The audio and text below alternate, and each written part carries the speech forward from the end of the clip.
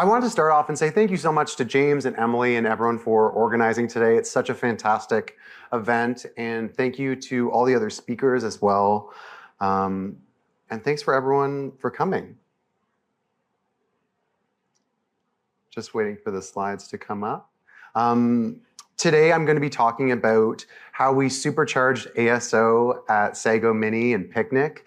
I took a sampling of 5 experiments that we've run recently, and I think these should be super helpful for everyone. My hope today is that there's at least one learning or one experiment that everyone is able to run and try themselves. I'll just start off with an intro while this is loading.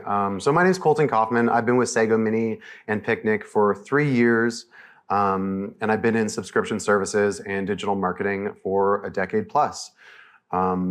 Sago Mini is a play-based learning organization. So we make learning apps for young kids, particularly preschoolers. So there I am, and I'll tell you a bit more about, just for context, the organization that owns Sago Mini, our game studio, is Spin Master. So there's 3 creative centers. We have toys and games, we have entertainment, as well as digital games, and that's what Sago Mini is a part of. But we do have access to the IPs in these other categories. You'll recognize titles such as Paw Patrol, Vita the Vet, Gabby's Dollhouse, Rubik's Cube, lots of good stuff. So Sago Mini was started about 12 years ago in Toronto. We're a Canadian game studio. These were our 3 flagship apps and products. They each specialize in a different kind of learning by play. World is more open world. School is really focused on like daily specific lessons, things like reading or spelling. And First Words is based around enunciation, pronunciation, and learning to speak. We also have a TV show on Apple and some physical toy products as well. I think a big unlock for the business was Picnic, our subscription bundled app. So this is a way to subscribe to 8 really popular learning apps for kids, and each of them specializes in something different. We have our studio's apps as part of the bundle, as well as some of our sister studios. So we have Toca Boca in Europe and Otsimo based out of the US. And we have over 800 million downloads globally. So we're so happy, and it's growing super fast. What we're going to cover today is the core challenge of working in this specific niche marketplace, solving that 2-audience challenge. What are the rules of the game and what makes marketing a kids app different than other apps? What has our approach been to keywords and creative assets? And then those real case studies, that'll be the bulk of the presentation. And again, I hope there's something that everyone here can take from this and try yourselves. So the core challenge is, how do you sell an app when your user can't read and the buyer is not actually going to use the app? It's a really difficult challenge to solve, and it requires a lot of nuance because we're always marketing to parents but designing for kids. The rules of the Sandbox: we have really strict content and metadata scrutiny with both app stores. I'm sure some of you have had releases or updates rejected, or you've had tests that they didn't want to run. So there's an even more stringent policy in place when you are working with preschoolers. Data privacy compliance is a little more strict as well. And these are all good things, but they are challenges that we do have to keep in mind when we're testing and marketing the apps. And there's also limitations on advertising, which makes App Store optimization so important. And I'm going to focus on the organic side today because these are some really low-lift things that people can try that I think might improve conversion. So who are our 2 audiences? Kids, they really connect with characters, playfulness. They dictate how they play, but not when. That's up to the parent. And they are protected by those privacy laws. Parents, they tend to be looking for something that's benefit forward. They want to get something from the app. What is my kid learning? What are they gaining from this? And also, in general, they tend to be overwhelmed by choice. There's so much out there. I'm sure we all feel this on our phones as well. There's so much for people to do and learn, and they just want a simple solution. And they also care about safety. So our approach to keywords takes both of these things into account. A benefit-oriented approach for parents, think of an example that you might use would be like educational games for toddlers. Also things like no advertising, no in-app purchases. This really appeals to a parental audience. And for kids, it's more silliness, play-based concepts. Think really simple things like doggy games.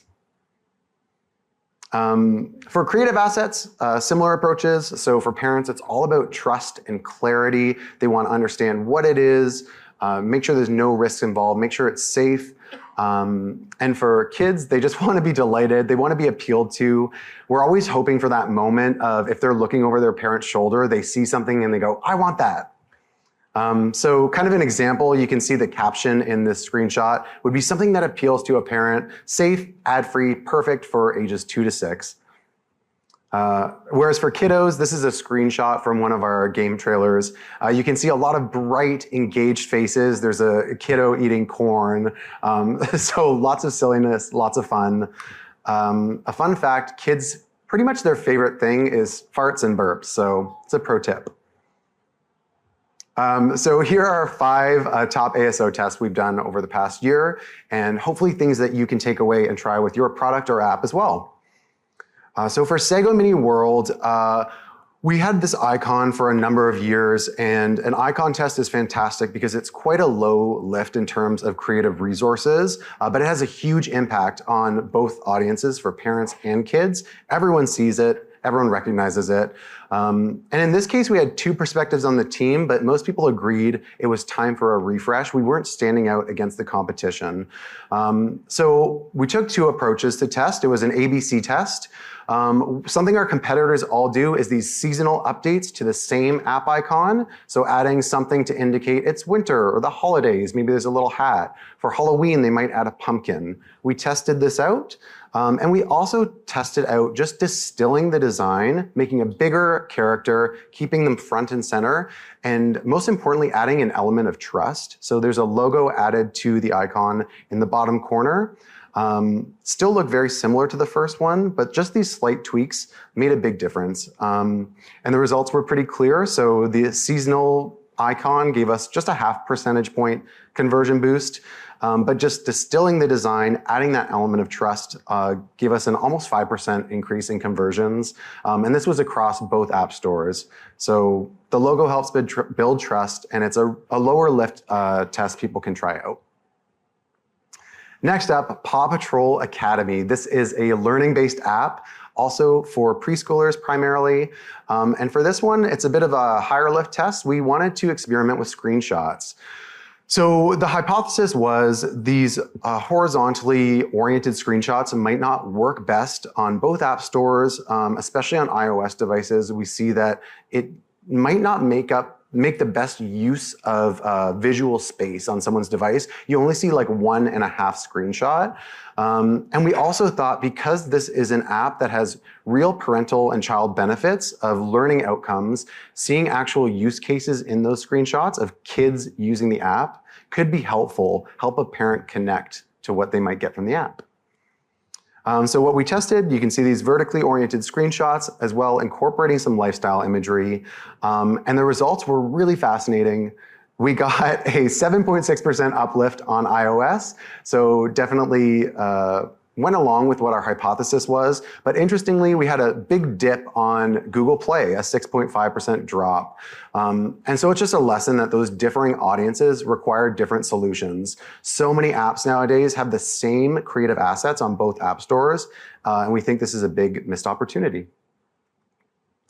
This next test is super low lift. Anyone could do it right now or go home and do it. It takes a couple seconds.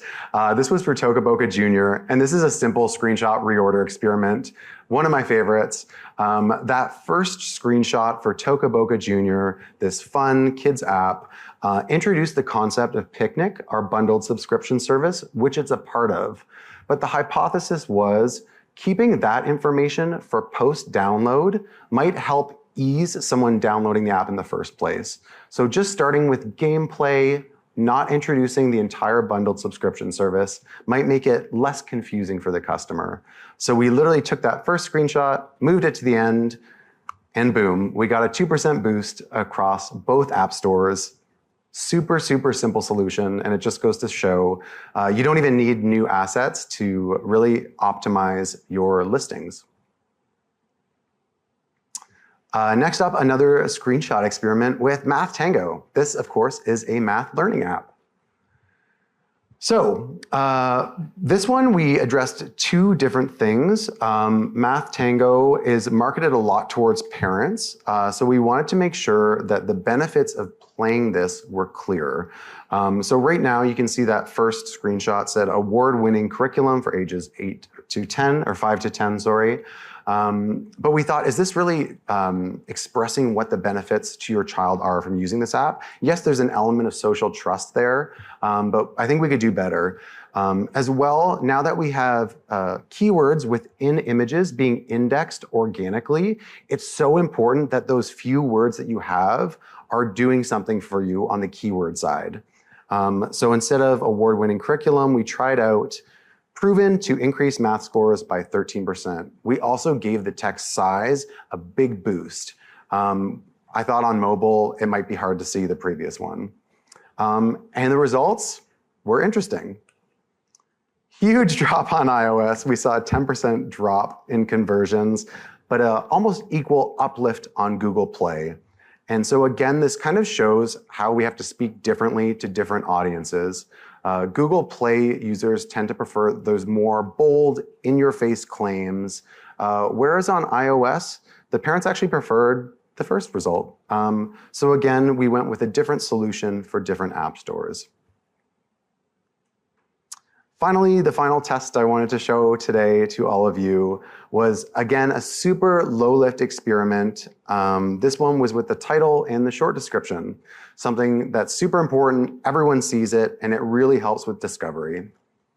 So originally, Math Tango was called Math Tango Grades K to 5 Learning, so kindergarten to grade 5, and the short description was fun math games for kids. The question was, does this make sense? Do people know what we mean when we say K to 5 learning? It made sense to us, but when we think about localizations and what that might translate to, K to 5 might be meaningless to people. So we went instead with Math Tango Math Games for Kids, and a jam-packed short description with tons and tons of keywords in there, but specifically spelling out kindergarten to grades 5 to make sure it was crystal clear what this app is and who it is for. And we saw a huge lift from this. We saw a 19% boost in conversions. It did not take much effort to do, but a lot better ranking, a lot better performance, especially in localizations. So what are the key takeaways from all this? Test your assumptions to find your creative wins. So often we just leave things running the same way they might have been, but especially with some of these lower lift tests, there's no reason not to optimize your listings, your titles, your icons. Lesson number 2, speak the language of your audience, not the industry. This is something we haven't always been the best at, but we're getting better. And finally, build trust with parents while sparking joy in children. And this goes for any audience. Just building trust and sparking joy with your audience goes a long way in building that relationship and improving both conversion and retention. Look at those adorable happy faces. So nice. That's it, folks. So if anyone wants to connect, you can scan the QR code, add me on LinkedIn. And I think we were a bit ahead of schedule. So if we want to do a Q&A, if anyone has any questions, go right ahead.